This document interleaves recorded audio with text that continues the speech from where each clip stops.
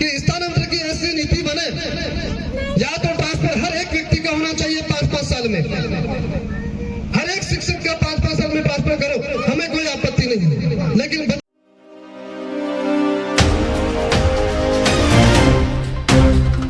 सबसे पहले मैं सभी साथियों से आग्रह करूंगा, एक बार आपस में सलाह मशवरा करने के बजाय अगर आप यहाँ इस सभा में आ जाए तो बेहतर रहेगा, क्योंकि इस तरह से आपसी चर्चा करने के लिए हमारे पास बहुत सारा समय है और कुछ बातें ऐसी हैं जो हमें सुनना चाहिए और सुनकर हमारे जो क्षेत्र है, हमारे जो एरिया है, उन क्षेत्रों में जाकर उन बातों को बताना है। लेकिन अगर सुनेंगे ही नहीं तो यहाँ पर वही हालत हो जाएगी जिस तरह से आज केंद्र सरकार की योजना चलती नरेगा की। उस योजना में ऐसे मजदूर आते हैं जो केवल उपस्थिति दर्ज करा के वापस चले जाते हैं। तो हम लोगों को ऐसा नहीं करना है। मेरी कुछ बातें कड़वी भी हो सकती है, लेकिन उस कड़वाहट में जो उद्देश्य है उस उद्देश्य को पहचानना जरूरी है। साथियों, आज इस संगठन की जरूरत क्यों पड़ी,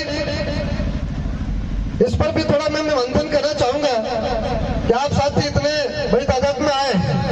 इससे पहले जो हमने स्टेट का जो कार्यक्रम किया था आपके डूंगरपुर में, उस समय इतनी संख्या नहीं थी। इस बार जो संख्या दिखी, सबसे पहले तो इतने बड़ी मात्रा में जो भाई आए हैं हमारे शिक्षक बंधु, अन्य साथी, आप सभी का बहुत बहुत धन्यवाद और आभार कि आपने संगठन में विश्वास जताया।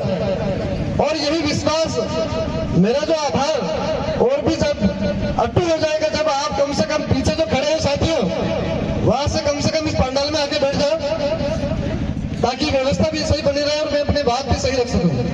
साथियों, कई शिक्षक संगठन हर साल अलग अलग मांगों को लेकर राज्य सरकार के पास जाते हैं, लेकिन पिछले 3-4 सालों से जो सरकार, अलग अलग सरकारें आती हैं, अभी वर्तमान सरकार कोई और है, पहले कोई और सरकार थी, सरकारें आ रही है, जाती रहेगी, भविष्य में भी सरकारों का पलटवार होता रहेगा, यह सिलसिला तो चलता रहेगा। लेकिन प्रश्न ये है कि क्या हम हमारे जो बच्चे हैं, पढ़ रहे हैं, उन बच्चों के साथ न्याय हो पा रहा है क्या? उन बच्चों के साथ न्याय नहीं हो पा रहा है, और न्याय नहीं हो पा रहा है तो इसका कारण क्या है? हमने, हमारे शिक्षक साथियों ने कई बार मांगे से उठाई कि जो रिक्त पद है स्कूलों में उनको भरा जाए, लेकिन न पूर्व सरकार या वर्तमान सरकार अभी आई है, तो हम उम्मीद करते हैं वर्तमान सरकार से कि जो रिक्त पद है वो भरा जाए। लेकिन रिक्त पद भरने के लिए आपको कई तरह के स्टेप्स उठाने पड़ेंगे, जैसे डीपीसी करनी होगी समय पर, आप 6P करते हैं, 6P भी समय पर करनी चाहिए, लेकिन अब तक न पूर्व सरकार ने करी थी और अभी तक ऐसी कोई हलचल हो नहीं रही है, जबकि बच्चों की पढ़ाई बिगड़ती ही जा रही है। आप बच्चों के शिक्षा के स्तर में बच्चों का लेवल की बात करते हैं तो लेवल आएगा कहां से?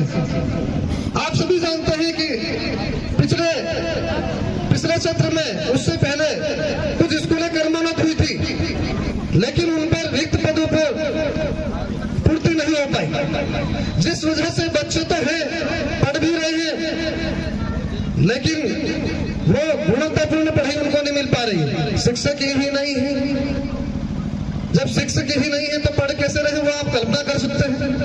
और आप सभी जानते हैं कि सरकारें अपने योजनाओं को पूर्ति करने के लिए स्कूलों में तरह तरह की योजनाओं को पूर्ति करने हेतु शिक्षकों से सहयोग लेती है, जो गैर शैक्षणिक कार्य है, जो शिविरा से हटकर जो कार्य करवाए जाते हैं। आप सभी इस बात पर मंथन करें कि क्या इससे हमारी शिक्षा की पूर्ति हो जाएगी। मैं विरोध नहीं कर रहा हूं, लेकिन समाधान क्या है? समस्या है तो समाधान निकालना होगा, सरकारों को ही निकालना होगा। आप कभी ओलंपिक कराते हैं, युवा महोत्सव कराते हैं। आप पिछले शिविरा में इतने सारे दिवस नहीं थे, पिछले 2 सालों से इतने सारे दिवस मनाए जा रहे हैं। नो बेट डे का अलग से, उसमें तो वो मनाना ही है, इसके अलावा कई सारे दिवस मनाए जा रहे हैं। सारा समय आप दिवस मनाने में, आपका कल्चरल एक्टिविटीज कराने में निकलवा रहे हो, तो शिक्षा के लिए समय कब मिल रहा है? और जब शिक्षा के समय मिलता है, ऐसे समय में आप कोई न कोई ट्रेनिंग आ जाती है। मैं ताजा उदाहरण की बात बताऊं, आप सभी जानते हैं बोर्ड एग्जाम्स अभी सर पर है, और आप नव शिक्षा नीति 2020 के संदेश हेतु सरकार ने अभी ऑर्डर किया था 5-5 दिन की ट्रेनिंग के लिए, जबकि ये गोल्डन टाइम था साथियों पढ़ने का और पढ़ाने का। इस सत्र वर्ष 2023-24 में नवंबर में छुट्टियां थी मध्यकालीन की, जैसे ही आदिवासी परीक्षा हुई फिर छुट्टियां हुई, आप सब जानते हैं। 6 जनवरी तक तो फिर छुट्टियां रही। जैसे ही स्कूल में पढ़ाई शुरुआत हुई, फिर से ट्रेनिंग आ गया 5 दिन वाला। और आप सब जानते हैं कि आज हम फिर 17 तारीख से फिर छुट्टियां मना रहे हैं। आज 2 दिन शिक्षक दिवस को भी इसमें इंक्लूड अगर करें तो ये भी एक छुट्टी है बच्चों के लिए। बच्चों के लिए तो छुट्टियां है कि नहीं? तब संडे तक छुट्टियां, फिर आप सोमवार को, इस बार एक राम भगवान राम की स्थापना हो रही है अयोध्या में, तो वो भी एक 2 बजे तक छुट्टी है कर्मचारियों की। तो स्वाभाविक है कि स्टूडेंट नहीं आएंगे, तो 6 दिन की छुट्टियां फिर हो गई। अब बताइए, इस जनवरी में पढ़ाई हुई नहीं, फरवरी में पढ़ाई 1 महीने में, वो तो वही बात होगी कि आग लगे तो कुआं खोदे। आप इन बच्चों को कैसे तैयार कर पाएंगे बोर्ड परीक्षा के लायक? और बोर्ड परीक्षा में जब परिणाम नहीं रहेगा तो अभिभावक भी आपसे परिणाम पूछेगा और विभाग भी आपसे परिणाम पूछेगा। आपको 70% 12th में देना पड़ेगा, 60% आपके 12th में, 60% 10th में और 70 12th में देना पड़ता है। तो आप बताइए, ये जो शिक्षक हैं कैसे पूर्ति कर पाएंगे जब बच्चों का स्तर ही नहीं उसके अनुरूप? तो समस्या इतनी ज्यादा है। तो सरकार, अब अभी जो सरकार है वर्तमान में, हमारा संगठन ट्राइबल एम्प्लॉयज फेडरेशन ये मांग करता है कि 6D आप जल्द करवाएं, ताकि पद रिक्त हो, और पद रिक्त हो तो उनकी रिक्तियां जल्दी निकलवाई जावे, और रिक्तियां जल्दी निकले तो समाधान हो सके। और एक सबसे बड़ी समस्या यह आती है कि अधिकतर शिक्षक संगठन जो है कहीं न कहीं राजनीतिक दलों से प्रेरित विचारधाराओं से युक्त होते हैं। ये बात कहीं नहीं जाती है, लेकिन जानते सब है, कोई नहीं बोलता है। और सब शिक्षक संगठन कहीं न कहीं उनके उद्देश्य की पूर्ति कार्य करते हैं। और जो शिक्षक संगठन या सरकारों को लगता है कि अमुक शिक्षक संगठन हमारा सहयोगी नहीं है, तो ट्रांसफर जैसे कार्य होते हैं, बदले की भावनाएं जैसे होती है। सरकारों को सोचना चाहिए, कर्मचारी या जो शिक्षक हैं या जो भी कर्मचारी होते हैं वो मात्र और मात्र आपके सब्जेक्ट्स होते हैं, यानी they are all subjects of government. Government के सब्जेक्ट्स होते हैं तो गवर्नमेंट के हर एक्टिविटीज को पूरा कराने का काम करते हैं, लेकिन दे हैव डेमोक्रेटिक राइट्स, उनके लोकतांत्रिक अधिकार भी है। और लोकतांत्रिक अधिकार होने के नाते वे उन लोकतांत्रिक अधिकारों को चुनाव में प्रयोग भी करते हैं। इसका मतलब यह नहीं कि उन पर आप बदले की भावना से कार्रवाई करें। और आप जो भी सरकारें आती है संबंधित शिक्षकों को परेशान करना, राजनीतिक नेताओं की बात मानकर उनको अपने उनके परिवार से जो जीवन शैली चलती है, एक शिक्षक या कोई भी कर्मचारी जो नौकरी करता है उसको परेशान किया जाता है। ये जो तरीका है ये गलत तरीका है। तो हम सरकार से मांग करेंगे कि स्थानांतरण की ऐसी नीति बने, या तो ट्रांसफर हर एक व्यक्ति का होना चाहिए 5-5 साल में, हर एक शिक्षक का 5-5 साल में ट्रांसफर करो, हमें कोई आपत्ति नहीं है, लेकिन बदले की भावना से ट्रांसफर अलाउड नहीं होना चाहिए। क्या ये सही बात नहीं है? अगर ट्रांसफर होना चाहिए, चाहे सेकंड ग्रेड हो, चाहे फर्स्ट ग्रेड हो, या हर चाहे किसी भी वर्ग का कर्मचारी हो, उसका हर 5 साल में स्थान बदलिए, मैं कहता हूं आपका शिक्षा में स्तर भी सुधार हो जाएगा। इससे हो सकता है जहां पर पढ़ाई में रुचि या बालकों में भी रुचि खत्म हो, चाहे शिक्षक में रुचि खत्म हो, अन्य जगह जाकर ऑटोमेटिक उसको रुचि डेवलप करना पड़ेगा और शिक्षा में भी सुधार होगा। और ये जो राजनीतिक चीजें वो भी खत्म हो जाएगी। आगे हमारे साथियों ने चिट्ठी लिख के दिया था कि सर इस बात पर भी आप विचार करना। एक बहुत बड़ा विषय है साथियों, हमारा एम्प्लॉइज फेडरेशन न केवल कर्मचारियों के लिए उठा है यहाँ पर, बल्कि समाज हित के लिए काम भी करता है। आज हम कर्मचारी हैं तो समाज का सर्टिफिकेट लगाकर यहाँ तक आज आए हैं, तो निश्चित रूप से समाज का काम हमको करना पड़ेगा। और एक समस्या भी ऐसी आ रही है, 40% न्यूनतम उत्तीर्णांक समस्त भर्तियों में, 35% और 40%। ये इतने बड़ी विडंबना है कि इस पर किसी की अभी तक नजर ही नहीं गई हमारे जनप्रतिनिधियों की। और इस 40% न्यूनतम उत्तीर्णांक की वजह से अभी जो हाल फिलहाल में सेकंड ग्रेड की भर्तियां हुई उसमें विज्ञान और गणित तो एक ऐसा सब्जेक्ट जिसमें कोई व्यक्ति पास ही नहीं हुआ। इस पर तालियां बजाएंगे क्या आप? नहीं, ये तालियां बजाने वाली बात नहीं साथियों, क्योंकि ये हमारे लिए इतना बड़ा खतरनाक धोखा हुआ है कि जो आरक्षण 45% न्यूनतम, जो 45% आरक्षण हमारे ट्राइबल एरियाज के लिए जो सरकार ने लागू किया है, उस 45% अनुसार भी उनको आरक्षण नहीं मिल रहा है। इस हिसाब से तो भाई आरक्षण मतलब रिजर्वेशन नहीं है, ओरिजिनल मैटर है रिप्रेजेंटेटिव, प्रतिनिधित्व वाला मैटर है। तो इस प्रतिनिधित्व के हिसाब से आप 45% पीपल तो हम तो दो कम से कम, जिस सेक्टर में आप भेजना चाहते हो कम से कम 45 आदमी दो। हम जो मांग रहे हैं वो तो आप देने वाले नहीं हैं, वो देने वाला नहीं, मनसा है नहीं, मनसा होती तो कब के दे देते। लेकिन हमारी इतनी सी मांग है, कम से कम जो है उसको तो विधिवत दीजिएगा। आप कभी रोस्टर लगाकर उसको रोकने की कोशिश करते हैं, और अभी 40% लगाकर हमारे युवाओं को रोक दिया जो इस शिक्षा के क्षेत्र में, शिक्षा के मंदिर में सेवा करने आ रहे थे। पहले की भर्तियों में जिसके 9 नंबर आए वो नौकरी कर रहा, आज भी सेकंड ग्रेड में अच्छे रिजल्ट भी दे रहा है। एक मुख्य सचिव जी महोदय थे, अभी तो वो नहीं है वर्तमान में, उनका यूं तर्क था कि जो व्यक्ति 40% मार्क्स नहीं ला सकता है पेपर में वो पढ़ाने के लायक नहीं है। मेरा इतना सा एक तर्क है कि भाई आप बीए करता है व्यक्ति, बीए पास हो गया है, उसके बाद बीएड कर ली बंदे ने, वो भी मैथ्स से ऐसे तो कोई पास होता नहीं है। मेरे जैसे को मैथ्स आती ही नहीं तो हो सकता मैं 1 नंबर नहीं ला पाऊं, लेकिन जिसने मैथ्स से बीएससी किया, मैथ्स से बीएड कर लिया, क्या आप पर उतना उस व्यक्ति पर इतना ही भरोसा नहीं?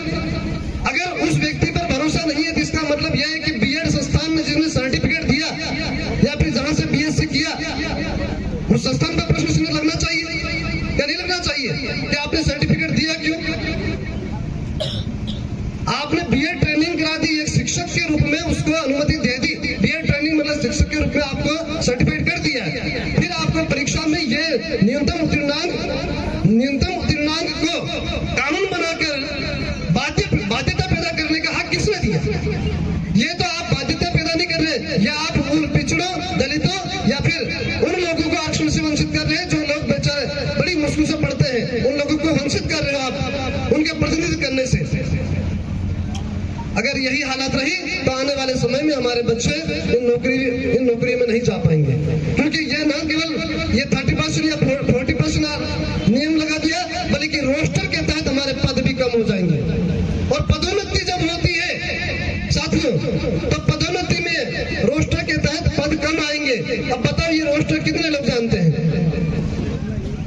रोस्टर के बारे में सिर्फ लिखा हुआ आता है, लेकिन कोई हम लोग इसको सही से स्टडी नहीं करते। रोस्टर वो चीज है, सिर्फ इतना सा कहूंगा मैं, जो पूर्व की जितनी भर्तियां होती है उन भर्तियों का आकलन किया जाता है कि कितने लोग इनके कितनी मात्रा में अब तक इस फील्ड में आ चुके चुके हैं, वो सारी काउंटिंग करके, सभी जातियों का काउंटिंग करके फिर परसेंटेज निकाला जाता है कि इतने मात्रा में इनके समाज के लोग अब तक, यानी कि एसटी के, अपन जैसे यहाँ बैठे अधिकांश एसटी होंगे, इतने मात्रा में एसटी के लोग नौकरी लग चुके हैं। लेकिन उदाहरण के लिए अगर 40% लोग नौकरी लग गए हैं संबंधित विभाग में, तो आने वाले समय में जो पदोन्नति होगी केवल 5% पदों के लिए आपकी होगी। कितने लोग मेरी बात को समझ पाए थे? क्या आप नहीं समझ पाए हैं? और भी समझ जाओगे। मैं और भी पोस्ट बना के भेजूंगा, क्योंकि यहाँ पर हमारे सम्मान्य वक्तागण भी है अभी। तो ये जो रोस्टर वाली बात है, हम लोगों को कैसे भी करके, मेरा मंच पर हम लोग वादा करते हैं हम ऐसा प्रतिनिधि मंडल बनाएंगे और कोशिश रहेगी कि राज्यपाल महोदय जो रिजर्वेशन मैटर पे हम लोग चर्चा करें एक बार, क्योंकि रजिस्टर्ड संगठन है हमारा, और हम अगर इस मैटर पे अगर चर्चा नहीं करी मांग को लेकर, तो हो सकता है आने वाले समय में और भी नुकसान उठाना पड़े। और ट्रांसफर नीति के बारे में एक मेरा साथियों का सुझाव था कि फर्स्ट ग्रेड सेकंड ग्रेड तक तो अनुसूचित क्षेत्र में ही ट्रांसफर होता है, ये नियुक्तियां यहीं पर की जाती है।